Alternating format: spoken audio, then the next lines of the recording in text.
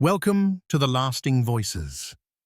Today's story is the Boscombe Valley Mystery, a countryside case where a father's death, a son's arrest, and a handful of subtle clues lead Sherlock Holmes to the truth.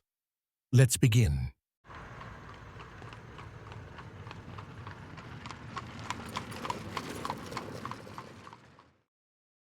Chapter 1.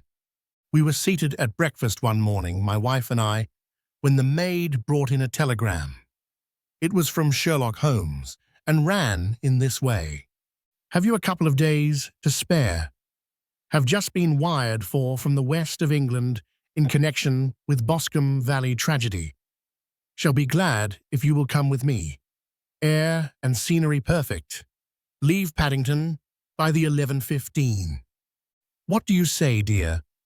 Said my wife, looking across at me. Will you go? I really don't know what to say. I have a fairly long list at present. Oh, Anstruther would do your work for you. You have been looking a little pale lately. I think that the change would do you good, and you are always so interested in Mr. Sherlock Holmes' cases. I should be ungrateful if I were not. Seeing what I gained through one of them, I answered. But if I am to go, I must pack at once, for I have only half an hour. My experience of camp life in Afghanistan had at least had the effect of making me a prompt and ready traveler. My wants were few and simple, so that in less than the time stated, I was in a cab with my valise, rattling away to Paddington Station. Sherlock Holmes was pacing up and down the platform, his tall, gaunt figure made even gaunter and taller by his long, grey travelling cloak and close-fitting cloth cap. "It is really very good of you to come, Watson," said he. "It makes a considerable difference to me, having someone with me on whom I can thoroughly rely. Local aid is always either worthless or else biased. If you will keep the two corner seats, I shall get the tickets." We had the carriage to ourselves, save for an immense litter of papers which Holmes had brought with him. Among these he rummaged and read, with intervals of note-taking and of meditation, until we were past Reading. Then he suddenly rolled them all into a gigantic ball and tossed them up onto the rack. "Have you heard anything of the case?" he asked. "Not a word. I have not seen a paper for some days. The London press has not had very full accounts. I have just been looking through all the recent papers in order to master the particulars. It seems, from what I gather, to be one of those simple cases which are so extremely difficult. That sounds a little paradoxical, but it is profoundly true. Singularity is almost invariably a clue. The more featureless and commonplace a crime is, the more difficult it is to bring it home. In this case, however, they have established a very serious case against the son of the murdered man." "It is a murder, then?" "Well, it is conjectured to be so. I shall take nothing for granted until I have the opportunity of looking personally into it. I will explain the state of things to you, as far as I have been able to understand it, in a very few words.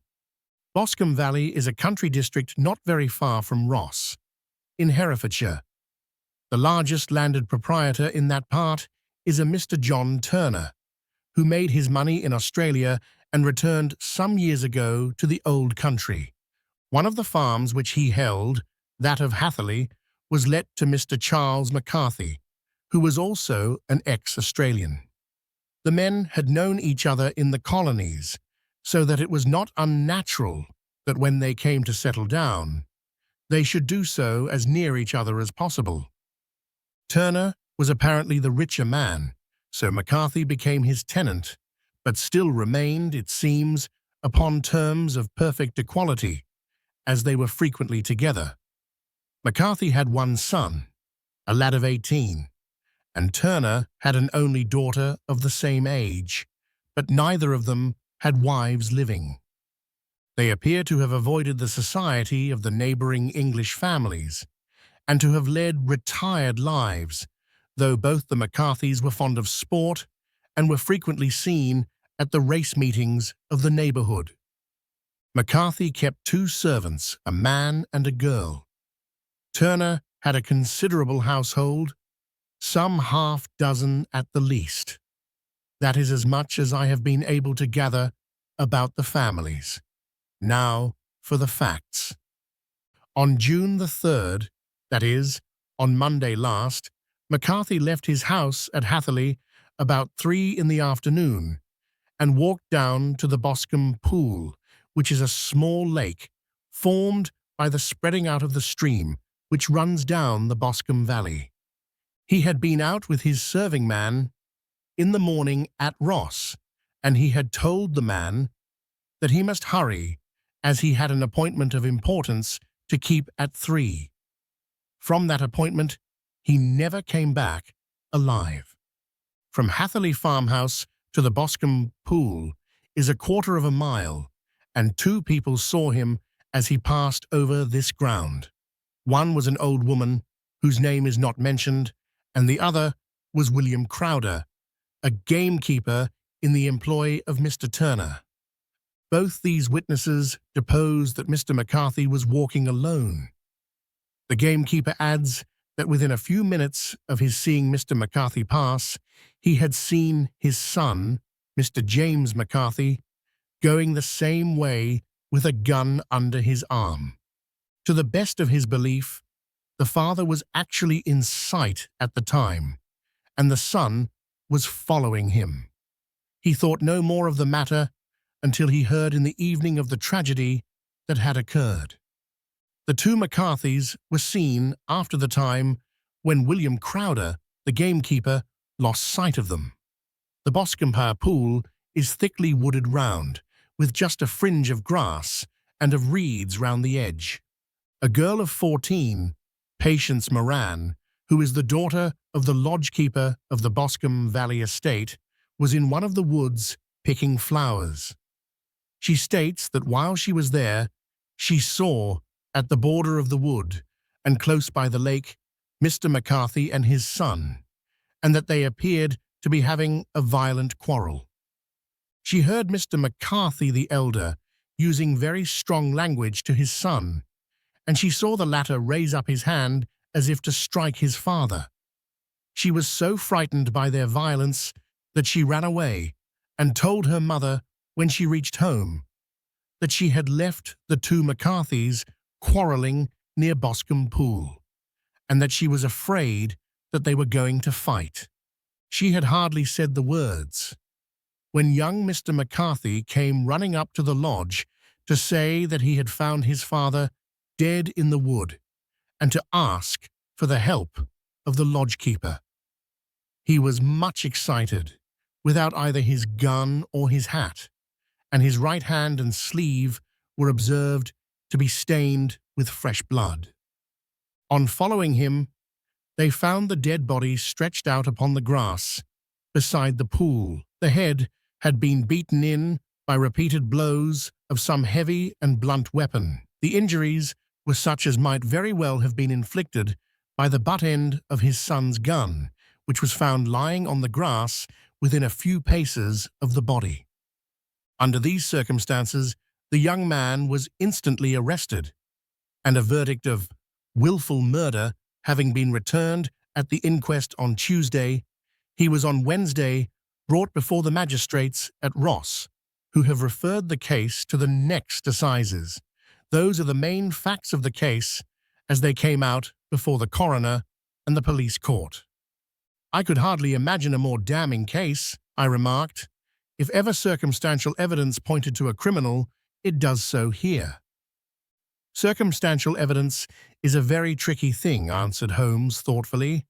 "It may seem to point very straight to one thing, but if you shift your own point of view a little, you may find it pointing in an equally uncompromising manner to something entirely different. It must be confessed, however, that the case looks exceedingly grave against the young man, and it is very possible that he is indeed the culprit.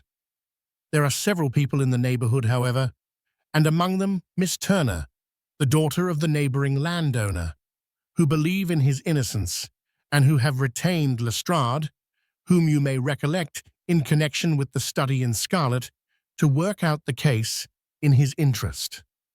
Lestrade, being rather puzzled, has referred the case to me, and hence it is that two middle-aged gentlemen are flying westward at 50 miles an hour, instead of quietly digesting their breakfasts at home. I am afraid, said I, that the facts are so obvious that you will find little credit to be gained out of this case. There is nothing more deceptive than an obvious fact, he answered, laughing. Besides, we may chance to hit upon some other obvious facts which may have been by no means obvious to Mr. Lestrade. You know me too well to think that I am boasting when I say that I shall either confirm or destroy his theory by means which he is quite incapable of employing or even of understanding. To take the first example to hand, I very clearly perceive that in your bedroom the window is upon the right-hand side, and yet I question whether Mr. Lestrade would have noted even so self-evident a thing as that. How on earth? My dear fellow, I know you well. I know the military neatness which characterizes you. You shave every morning, and in this season you shave by the sunlight. But since your shaving is less and less complete as we get farther back on the left side, until it becomes positively slovenly as we get round the angle of the jaw, it is surely very clear that that side is less illuminated than the other. I could not imagine a man of your habits looking at himself in an equal light and being satisfied with such a result. I only quote this as a trivial example of observation and inference. Therein lies my métier, and it is just possible that it may be of some service in the investigation which lies before us. There are one or two minor points which were brought out in the inquest, and which are worth considering. What are they? It appears that his arrest did not take place at once, but after the return to Hatherley Farm. On the inspector of constabulary informing him that he was a prisoner, he remarked that he was not surprised to hear it, and that it was no more than his deserts. This observation of his had the natural effect of removing any traces of doubt which might have remained in the minds of the coroner's jury. It was a confession, I ejaculated. No, for it was followed by a protestation of innocence. Coming on the top of such a damning series of events, it was at least a most suspicious remark. On the contrary, said Holmes, it is the brightest rift which I can at present see in the clouds. However innocent he might be, he could not be such an absolute imbecile as not to see that the circumstances were very black against him. Had he appeared surprised at his own arrest, or feigned indignation at it, I should have looked upon it as highly suspicious, because such surprise or anger would not be natural under the circumstances, and yet might appear to be the best policy to a scheming man. His frank acceptance of the situation marks him as either an innocent man or else as a man of considerable self-restraint and firmness.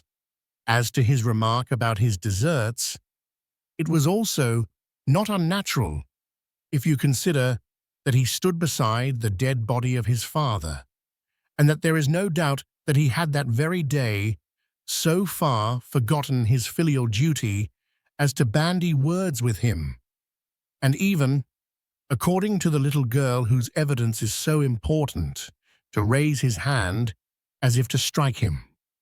The self-reproach and contrition which are displayed in his remark appear to me to be the signs of a healthy mind rather than of a guilty one. I shook my head. Many men have been hanged on far slighter evidence, I remarked. So they have, and many men have been wrongfully hanged. What is the young man's own account of the matter? It is, I am afraid, not very encouraging to his supporters, though there are 1 or 2 points in it which are suggestive.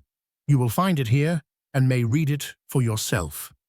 He picked out from his bundle a copy of the local Herefordshire paper, and having turned down the sheet, he pointed out the paragraph in which the unfortunate young man had given his own statement of what had occurred. I settled myself down in the corner of the carriage and read it very carefully. It ran in this way. Mr. James McCarthy, the only son of the deceased, was then called and gave evidence as follows. I had been away from home for 3 days at Bristol and had only just returned upon the morning of last Monday, the 3rd.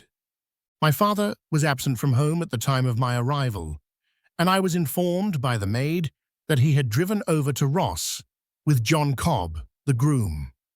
Shortly after my return, I heard the wheels of his trap in the yard and, looking out of my window, I saw him get out and walk rapidly out of the yard, though I was not aware in which direction he was going. I then took my gun and strolled out in the direction of the Boscombe pool, with the intention of visiting the rabbit warren, which is upon the other side. On my way, I saw William Crowder, the gamekeeper, as he had stated in his evidence. But he is mistaken in thinking that I was following my father. I had no idea that he was in front of me. When about 100 yards from the pool, I heard a cry of "Cooey," which was a usual signal between my father and myself. I then hurried forward and found him standing by the pool. He appeared to be much surprised at seeing me and asked me rather roughly what I was doing there. A conversation ensued which led to high words and almost to blows, for my father was a man of a very violent temper. Seeing that his passion was becoming ungovernable, I left him and returned towards Hatherley Farm. I had not gone more than 150 yards, however, when I heard a hideous outcry behind me, which caused me to run back again. I found my father expiring upon the ground, with his head terribly injured. I dropped my gun and held him in my arms, but he almost instantly expired. I knelt beside him for some minutes and then made my way to Mr. Turner's lodgekeeper, his house being the nearest, to ask for assistance. I saw no one near my father when I returned, and I have no idea how he came by his injuries. He was not a popular man, being somewhat cold and forbidding in his manners, but he had, as far as I know, no active enemies. I know nothing further of the matter. The coroner: did your father make any statement to you before he died? Witness: he mumbled a few words, but I could only catch some allusion to a rat. The coroner: what did you understand by that? Witness: it conveyed no meaning to me. I thought that he was delirious. The coroner: what was the point upon which you and your father had this final quarrel? Witness: I should prefer not to answer. The coroner: I am afraid that I must press it. Witness: it is really impossible for me to tell you. I can assure you that it has nothing to do with the sad tragedy which followed. The coroner: that is for the court to decide. I need not point out to you that your refusal to answer will prejudice your case considerably in any future proceedings which may arise. Witness: I must still refuse. The coroner: I understand that the cry of "Coo-ee" was a common signal between you and your father. Witness: it was. The coroner: how was it then that he uttered it before he saw you, and before he even knew that you had returned from Bristol? Witness, with considerable confusion: I do not know. A juryman: did you see nothing which aroused your suspicions when you returned on hearing the cry and found your father fatally injured? Witness, nothing definite. The coroner, what do you mean? Witness, I was so disturbed and excited as I rushed out into the open that I could think of nothing except of my father. Yet I have a vague impression that as I ran forward, something lay upon the ground to the left of me. It seemed to me to be something grey in colour, a coat of some sort, or a plaid, perhaps. When I rose from my father, I looked round for it, but it was gone. Do you mean that it disappeared before you went for help? Yes, it was gone. You cannot say what it was. No, I had a feeling something was there. How far from the body? A dozen yards or so. And how far from the edge of the wood? About the same. Then if it was removed, it was while you were within a dozen yards of it? Yes, but with my back towards it. This concluded the examination of the witness. I see, said I as I glanced down the column, that the coroner in his concluding remarks was rather severe upon young McCarthy. He calls attention, and with reason, to the discrepancy about his father having signalled to him before seeing him. Also to his refusal to give details of his conversation with his father and his singular account of his father's dying words. They are all, as he remarks, very much against the son. Holmes laughed softly to himself and stretched himself out upon the cushioned seat. Both you and the coroner have been at some pains, said he, to single out the very strongest points in the young man's favour. Don't you see that you alternately give him credit for having too much imagination and too little? Too little, if he could not invent a cause of quarrel which would give him the sympathy of the jury. Too much, if he evolved from his own inner consciousness anything so outré as a dying reference to a rat and the incident of the vanishing cloth. No, sir, I shall approach this case from the point of view that what this young man says is true, and we shall see whither that hypothesis will lead us. And now, here is my pocket, Petrarch, and not another word shall I say of this case until we are on the scene of action. We lunch at Swindon, and I see that we shall be there in 20 minutes. Chapter 2. It was nearly 4 o'clock when we at last, after passing through the beautiful Stroud Valley and over the broad, gleaming Severn, found ourselves at the pretty little country town of Ross. A lean, ferret-like man, furtive and sly-looking, was waiting for us upon the platform. In spite of the light brown dust coat and leather leggings which he wore in deference to his rustic surroundings, I had no difficulty in recognizing Lestrade of Scotland Yard. With him, we drove to the Hereford Arms, where a room had already been engaged for us. "I have ordered a carriage," said Lestrade, as we sat over a cup of tea. "I knew your energetic nature, and that you would not be happy until you had been on the scene of the crime." "It was very nice and complimentary of you," Holmes answered. "It is entirely a question of barometric pressure." Lestrade looked startled. "I do not quite follow," he said. "How is the glass?" 29, I see. No wind, and not a cloud in the sky. I have a caseful of cigarettes here which need smoking, and the sofa is very much superior to the usual country hotel abomination. I do not think that it is probable that I shall use the carriage tonight." Lestrade laughed indulgently.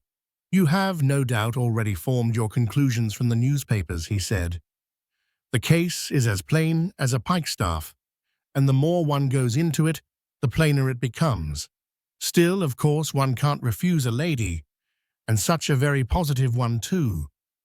She has heard of you, and would have your opinion, though I repeatedly told her that there was nothing which you could do which I had not already done.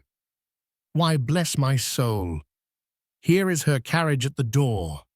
He had hardly spoken before there rushed into the room one of the most lovely young women that I have ever seen in my life. Her violet eyes shining, her lips parted, a pink flush upon her cheeks, all thought of her natural reserve, lost in her overpowering excitement and concern. "Oh, Mr. Sherlock Holmes," she cried, glancing from one to the other of us, and finally, with a woman's quick intuition, fastening upon my companion, "I am so glad that you have come. I have driven down to tell you so. I know that James didn't do it. I know it, and I want you to start upon your work knowing it too. Never let yourself doubt upon that point. We have known each other since we were little children, and I know his faults as no one else does, but he is too tender-hearted to hurt a fly. Such a charge is absurd to anyone who really knows him." "I hope we may clear him, Miss Turner," said Sherlock Holmes. "You may rely upon my doing all that I can." "But you have read the evidence. You have formed some conclusion. Do you not see some loophole, some flaw? Do you not yourself think that he is innocent?" "I think that it is very probable." "There now," she cried, throwing back her head and looking defiantly at Lestrade. "You hear? He gives me hopes."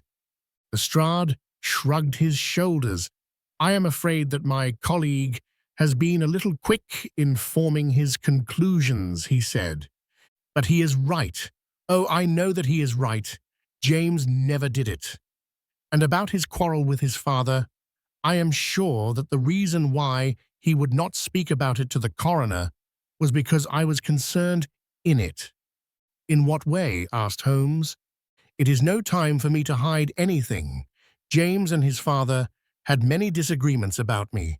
Mr. McCarthy was very anxious that there should be a marriage between us. James and I have always loved each other as brother and sister, but of course he is young and has seen very little of life yet, and well, he naturally did not wish to do anything like that yet. So there were quarrels, and this, I am sure, was one of them." "And your father?" asked Holmes. "Was he in favor of such a union?" "No, he was averse to it also. No one but Mr. McCarthy was in favor of it." A quick blush passed over her fresh young face as Holmes shot one of his keen, questioning glances at her. "Thank you for this information," said he. "May I see your father if I call tomorrow?" "I am afraid the doctor won't allow it." "The doctor?" "Yes, have you not heard? Poor father has never been strong for years back, but this has broken him down completely. He has taken to his bed, and Dr. Willows says that he is a wreck and that his nervous system is shattered. Mr. McCarthy was the only man alive who had known Dad in the old days in Victoria." "Ha! In Victoria, that is important." "Yes, at the mines." "Quite so, at the gold mines, where, as I understand, Mr. Turner made his money." "Yes, certainly." "Thank you, Miss Turner.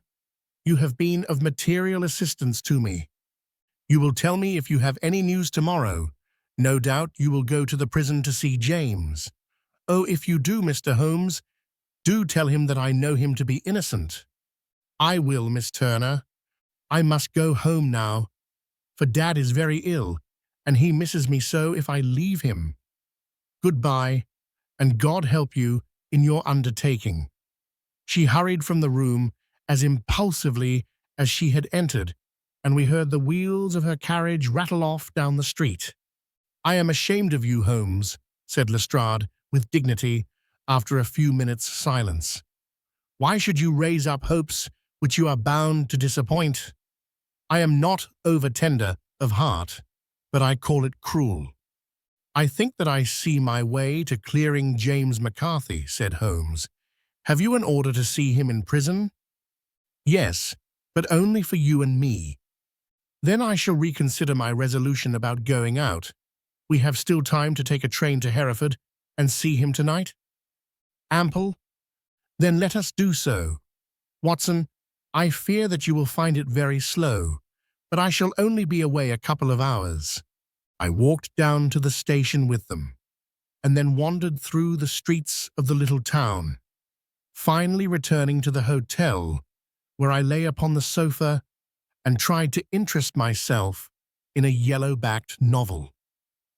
The puny plot of the story was so thin, however, when compared to the deep mystery through which we were groping, and I found my attention wander so continually from the action to the fact that I at last flung it across the room and gave myself up entirely to a consideration of the events of the day. Supposing that this unhappy young man's story were absolutely true, then what hellish thing, what absolutely unforeseen and extraordinary calamity could have occurred between the time when he parted from his father and the moment when, drawn back by his screams, he rushed into the glade? It was something terrible and deadly. What could it be? Might not the nature of the injuries reveal something to my medical instincts?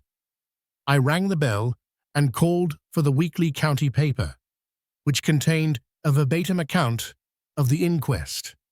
In the surgeon's deposition, it was stated that the posterior third of the left parietal bone and the left half of the occipital bone had been shattered by a heavy blow from a blunt weapon. I marked the spot upon my own head. Clearly, such a blow must have been struck from behind. That was, to some extent, in favor of the accused, as when seen quarreling, he was face to face with his father. Still, it did not go for very much, for the older man might have turned his back before the blow fell. Still, it might be worthwhile to call Holmes's attention to it. Then there was the peculiar dying reference to a rat. What could that mean? It could not be delirium. A man dying from a sudden blow does not commonly become delirious. No, it was more likely to be an attempt to explain how he met his fate. But what could it indicate? I cudgeled my brains to find some possible explanation. And then the incident of the grey cloth, seen by young McCarthy. If that were true, the murderer must have dropped some part of his dress, presumably his overcoat, in his flight, and must have had the hardihood to return and to carry it away at the instant when the sun was kneeling with his back turned, not a dozen paces off. What a tissue of mysteries and improbabilities the whole thing was! I did not wonder at Lestrade's opinion, and yet I had so much faith in Sherlock Holmes's insight that I could not lose hope, as long as every fresh fact seemed to strengthen his conviction of young McCarthy's innocence. It was late before Sherlock Holmes returned. He came back alone, for Lestrade was staying in lodgings in the town. "The glass still keeps very high," he remarked as he sat down. "It is of importance that it should not rain before we are able to go over the ground. On the other hand, a man should be at his very best and keenest for such nice work as that, and I did not wish to do it when fagged by a long journey. I have seen young McCarthy, and what did you learn from him? Nothing. Could he throw no light? None at all. I was inclined to think at one time that he knew who had done it, and was screening him or her, but I am convinced now that he is as puzzled as everyone else. He is not a very quick-witted youth, though comely to look at and, I should think, sound at heart. I cannot admire his taste," I remarked, "if it is indeed a fact that he was averse to a marriage with so charming a young lady as this Miss Turner. Ah, thereby hangs a rather painful tale. This fellow is madly, insanely in love with her, but some 2 years ago, when he was only a lad, and before he really knew her, for she had been away 5 years at a boarding school, What does the idiot do but get into the clutches of a barmaid in Bristol and marry her at a registry office? No one knows a word of the matter, but you can imagine how maddening it must be to him to be upbraided for not doing what he would give his very eyes to do, but what he knows to be absolutely impossible. It was sheer frenzy of this sort which made him throw his hands up into the air when his father, at their last interview, was goading him on to propose to Miss Turner. On the other hand, he had no means of supporting himself, and his father, who was by all accounts a very hard man, would have thrown him over utterly had he known the truth. It was with his barmaid wife that he had spent the last 3 days in Bristol, and his father did not know where he was. Mark that point. It is of importance. Good has come out of evil, however, for the barmaid, finding from the papers that he is in serious trouble and likely to be hanged, has thrown him over utterly and has written to him to say that she has a husband already in the Bermuda dockyard, so that there is really no tie between them. I think that bit of news has consoled young McCarthy for all that he has suffered. But if he is innocent, who has done it? Who? I would call your attention very particularly to 2 points. One is that the murdered man had an appointment with someone at the pool, and that the someone could not have been his son, for his son was away, and he did not know when he would return. The second is that the murdered man was heard to cry, "Cooey," before he knew that his son had returned. Those are the crucial points upon which the case depends. And now let us talk about George Meredith, if you please, and we shall leave all minor matters until tomorrow. There was no rain, as Holmes had foretold, and the morning broke bright and cloudless. At 9 o'clock, Lestrade called for us with the carriage, and we set off for Hatherley Farm and the Boscombe Pool. "There is serious news this morning," Lestrade observed. "It is said that Mr. Turner of the Hall is so ill that his life is despaired of." "An elderly man, I presume," said Holmes. "About 60, but his constitution has been shattered by his life abroad, and he has been in failing health for some time. This business has had a very bad effect upon him. He was an old friend of McCarthy's, and I may add, a great benefactor to him, for I have learned that he gave him Hatherley Farm rent-free." "Indeed, that is interesting," said Holmes. "Oh yes, in 100 other ways he has helped him. Everybody about here speaks of his kindness to him. Really, does it not strike you as a little singular that this McCarthy, who appears to have had little of his own, and to have been under such obligations to Turner, should still talk of marrying his son to Turner's daughter, who is, presumably, heiress to the estate, and that in such a very cocksure manner, as if it were merely a case of a proposal and all else would follow? It is the more strange, since we know that Turner himself was averse to the idea. The daughter told us as much. Do you not deduce something from that?" "We have got to the deductions and the inferences," said Lestrade, winking at me. "I find it hard enough to tackle facts, Holmes, without flying away after theories and fancies." "You are right," said Holmes demurely. "You do find it very hard to tackle the facts. Anyhow, I have grasped one fact, which you seem to find it difficult to get hold of," replied Lestrade, with some warmth. "And that is, that McCarthy Sr. met his death from McCarthy Jr., and that all theories to the contrary are the merest moonshine." "Well, moonshine is a brighter thing than fog," said Holmes, laughing, "but I am very much mistaken if this is not Hatherley Farm, upon the left." "Yes, that is it." It was a widespread, comfortable-looking building, 2-storied, slate-roofed, with great yellow blotches of lichen upon the grey walls. The drawn blinds and the smokeless chimneys, however, gave it a stricken look. as though the weight of this horror still lay heavy upon it. We called at the door, when the maid, at Holmes' request, showed us the boots which her master wore at the time of his death, and also a pair of the son's, though not the pair which he had then had. Having measured these very carefully from 7 or 8 different points, Holmes desired to be led to the courtyard, from which we all followed the winding track which led to Boscombe Pool. Sherlock Holmes was transformed when he was hot upon such a scent as this.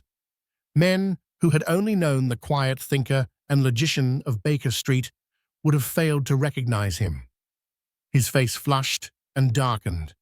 His brows were drawn into 2 hard black lines, while his eyes shone out from beneath them with a steely glitter. His face was bent downward, his shoulders bowed, his lips compressed, and the veins stood out like whipcord in his long, sinewy neck. His nostrils seemed to dilate with a purely animal lust for the chase, and his mind was so absolutely concentrated upon the matter before him that a question or remark fell unheeded upon his ears, or, at the most, only provoked a quick, impatient snarl in reply. Swiftly and silently, he made his way along the track which ran through the meadows, and so by way of the woods to the Boscombe Pool. It was damp, marshy ground, as is all that district, and there were marks of many feet, both upon the path and amid the short grass which bounded it on either side. Sometimes Holmes would hurry on, sometimes stop dead, and once he made quite a little detour into the meadow. Lestrade and I walked behind him, the detective indifferent and contemptuous, while I watched my friend with the interest which sprang from the conviction that every one of his actions was directed towards a definite end. Chapter 3. The Boscombe Pool, which is a little reed-girt sheet of water some 50 yards across, is situated at the boundary between the Hatherley Farm and the private park of the wealthy Mr. Turner. Above the woods which lined it upon the farther side, we could see the red, jutting pinnacles which marked the site of the rich landowner's dwelling. On the Hatherley side of the pool, the woods grew very thick, and there was a narrow belt of sodden grass 20 paces across between the edge of the trees and the reeds which lined the lake. Lestrade showed us the exact spot at which the body had been found, and indeed, so moist was the ground that I could plainly see the traces which had been left by the fall of the stricken man. To Holmes, as I could see by his eager face and peering eyes, very many other things were to be read upon the trampled grass. He ran round, like a dog who is picking up a scent, and then turned upon my companion. "What did you go into the pool for?" he asked. "I fished about with a rake. I thought there might be some weapon or other trace, but how on earth—" "Oh, tut-tut, I have no time. That left foot of yours, with its inward twist, is all over the place. A mole could trace it, and there it vanishes among the reeds. Oh, how simple it would all have been, had I been here before they came, like a herd of buffalo, and wallowed all over it. Here is where the party with the lodge-keeper came, and they have covered all tracks for 6 or 8 feet round the body. But here are 3 separate tracks of the same feet." He drew out a lens and lay down upon his waterproof to have a better view, talking all the time rather to himself than to us. "These are young McCarthy's feet. Twice he was walking, and once he ran swiftly, so that the soles are deeply marked and the heels hardly visible. That bears out his story. He ran when he saw his father on the ground.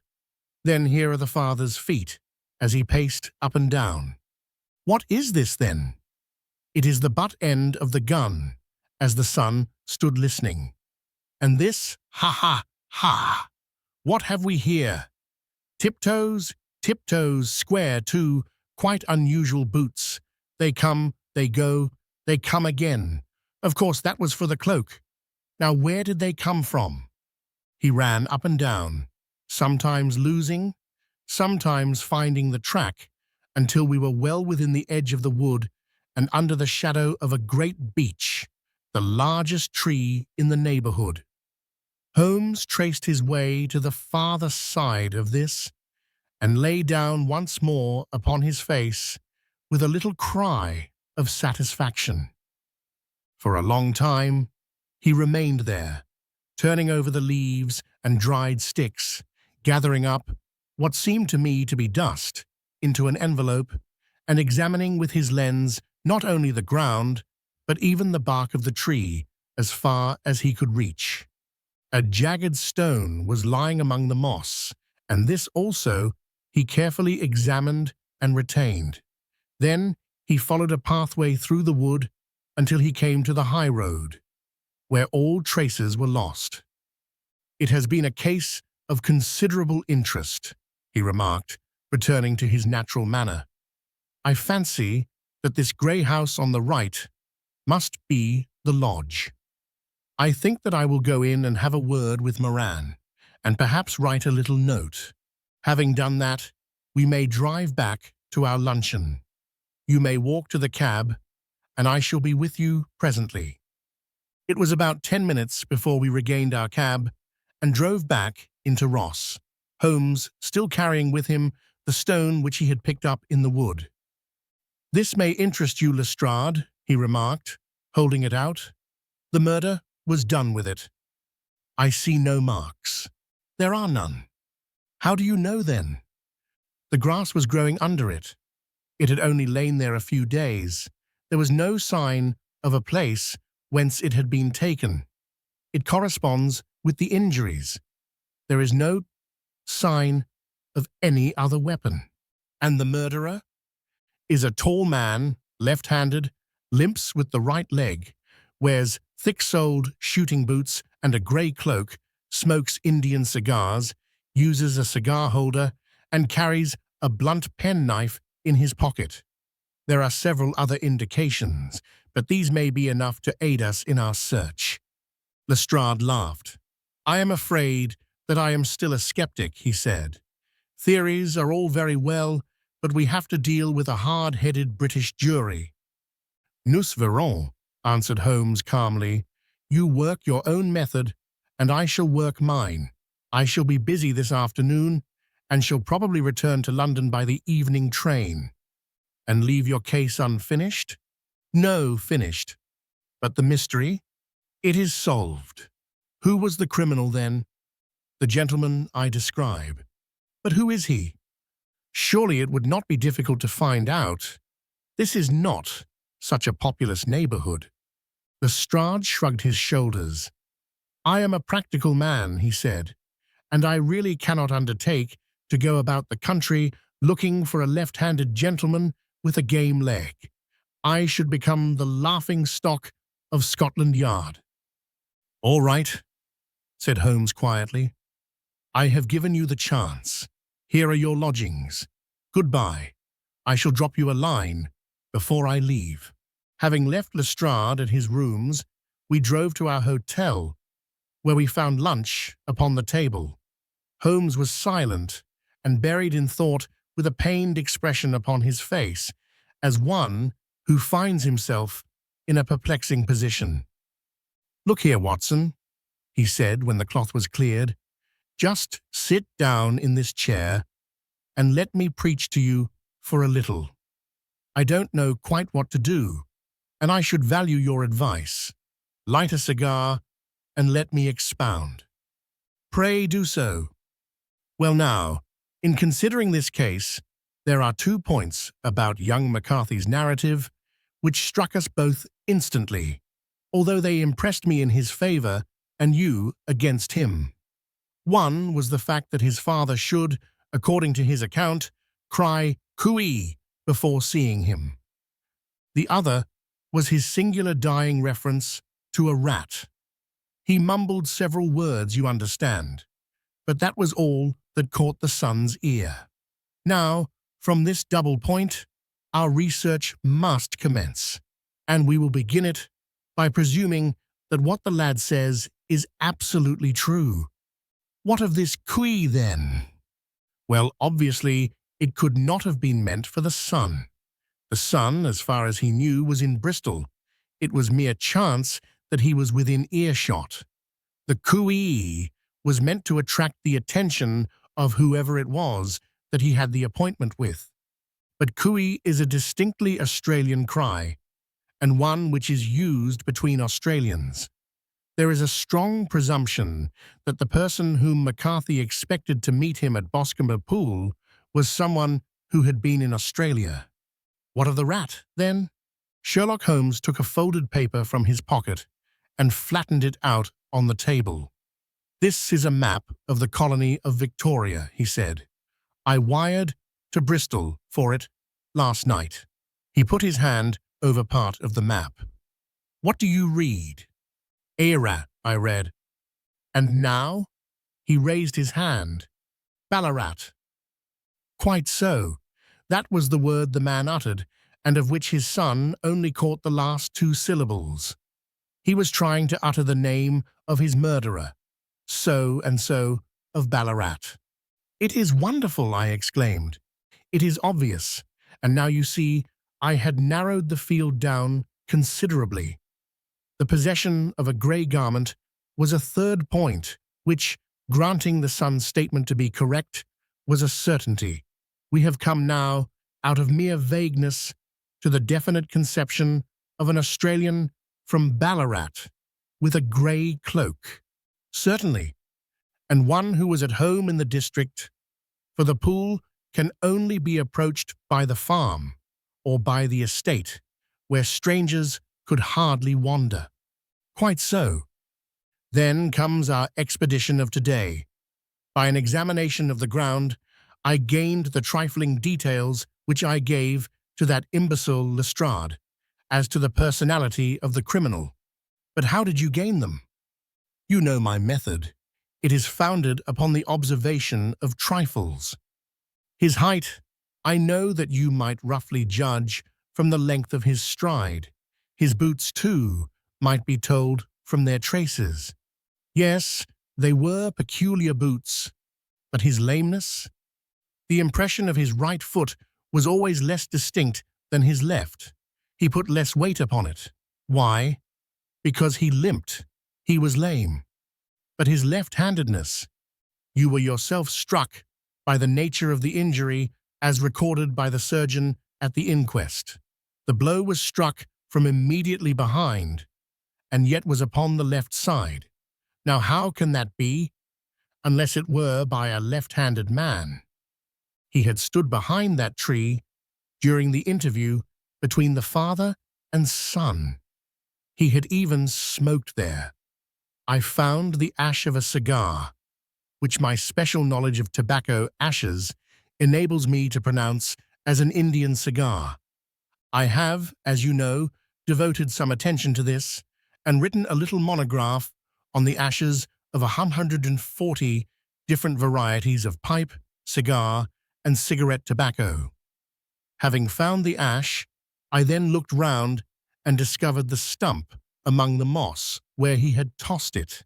It was an Indian cigar, of the variety which are rolled in Rotterdam. And the cigar holder? I could see that the end had not been in his mouth.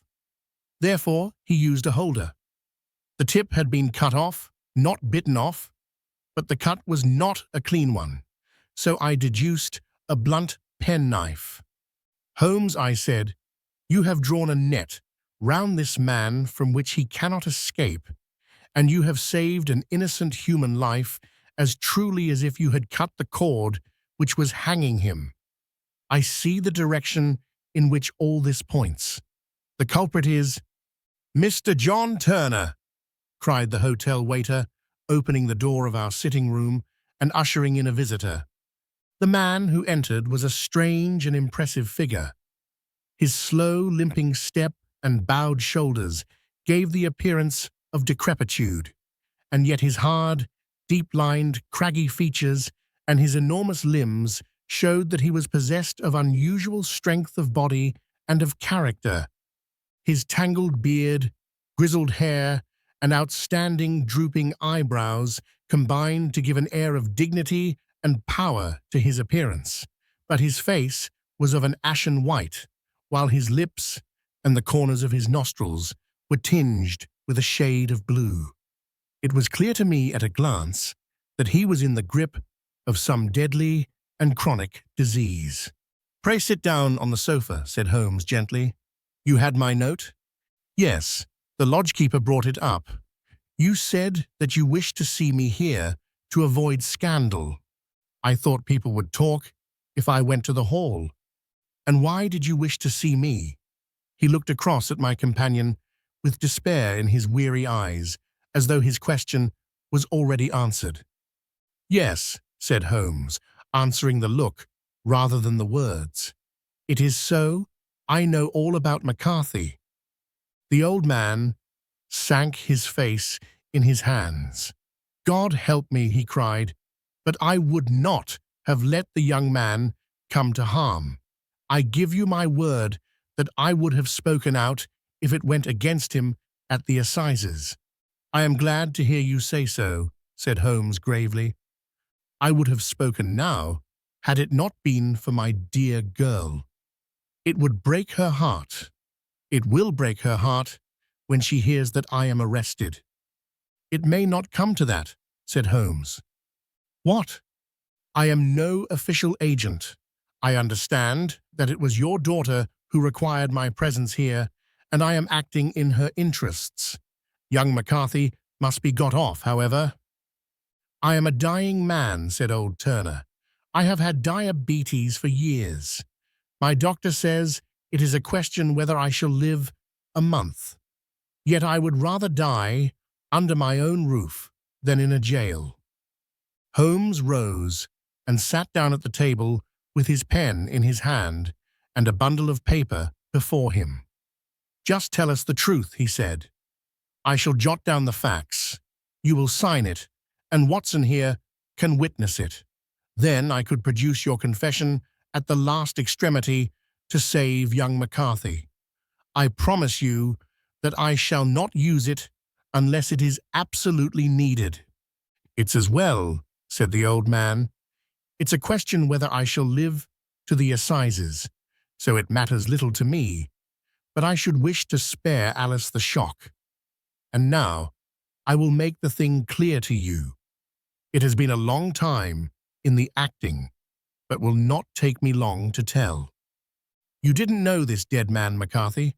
He was a devil incarnate, I tell you that. God keep you out of the clutches of such a man as he. His grip has been upon me these 20 years, and he has blasted my life. I'll tell you first how I came to be in his power. It was in the early 60s at the diggings. I was a young chap then, hot-blooded and reckless, ready to turn my hand at anything.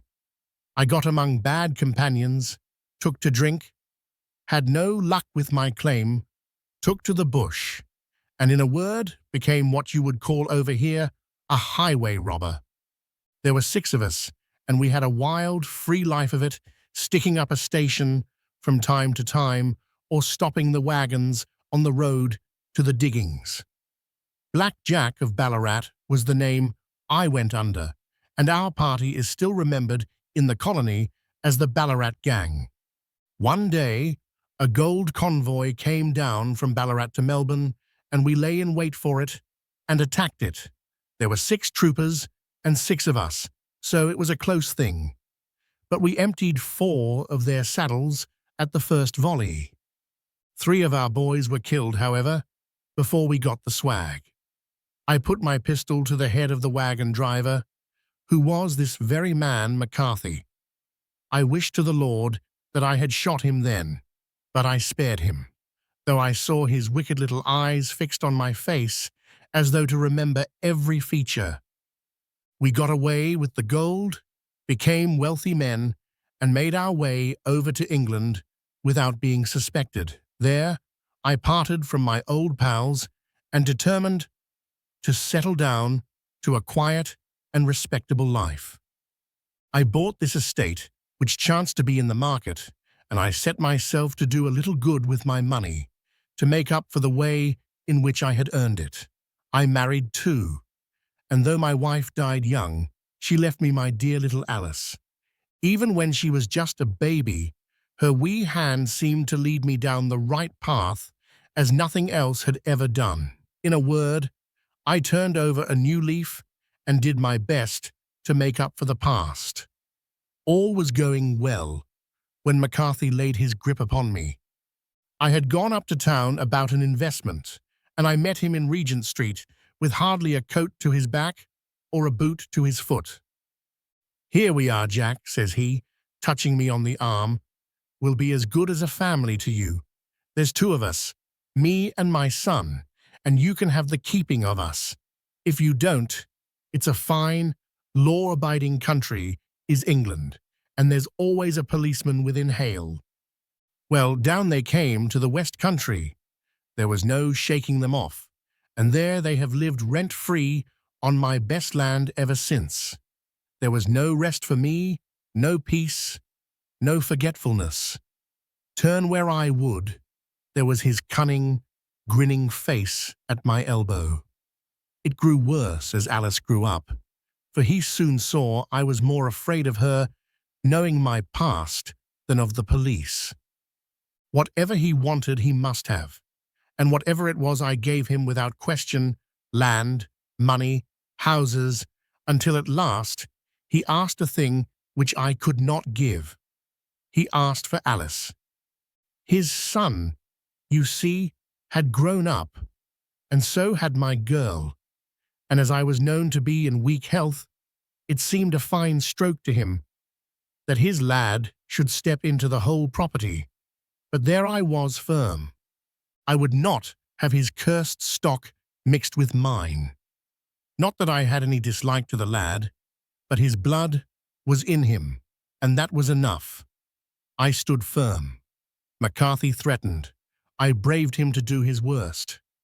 We were to meet at the pool, midway between our houses, to talk it over. When I went down there, I found him talking with his son, so I smoked a cigar and waited behind a tree until he should be alone. But as I listened to his talk, all that was black and bitter in me seemed to come uppermost. He was urging his son to marry my daughter with as little regard for what she might think as if she were a slut from off the streets. It drove me mad to think that I and all that I held most dear should be in the power of such a man as this. Could I not snap the bond? I was already a dying and a desperate man. Though clear of mind and fairly strong of limb, I knew that my own fate was sealed. But my memory and my girl, both could be saved if I could but silence that foul tongue. I did it, Mr. Holmes. I would do it again. Deeply as I have sinned, I have led a life of martyrdom to atone for it. But that my girl should be entangled in the same meshes which held me was more than I could suffer. I struck him down with no more compunction than if he had been some foul and venomous beast. His cry brought back his son, but I had gained the cover of the wood, though I was forced to go back to fetch the cloak which I had dropped in my flight. That is the true story, gentlemen, of all that occurred. Well, it is not for me to judge you, said Holmes, as the old man signed the statement which had been drawn out. I pray that we may never be exposed to such a temptation. I pray not, sir. And what do you intend to do? In view of your health, nothing. You are yourself aware that you will soon have to answer for your deed at a higher court than the assizes. I will keep your confession, and if McCarthy is condemned, I shall be forced to use it. If not, it shall never be seen by mortal eye, and your secret, whether you be alive or dead, shall be safe with us. "Farewell, then," said the old man solemnly. "Your own deathbeds, when they come, will be the easier for the thought of the peace which you have given to mine." Tottering and shaking in all his giant frame, he stumbled slowly from the room. "God help us," said Holmes, after a long silence. "Why does fate play such tricks with poor, helpless worms? I never hear of such a case as this that I do not think of Baxter's words and say, 'There, but for the grace of God, goes Sherlock Holmes.'"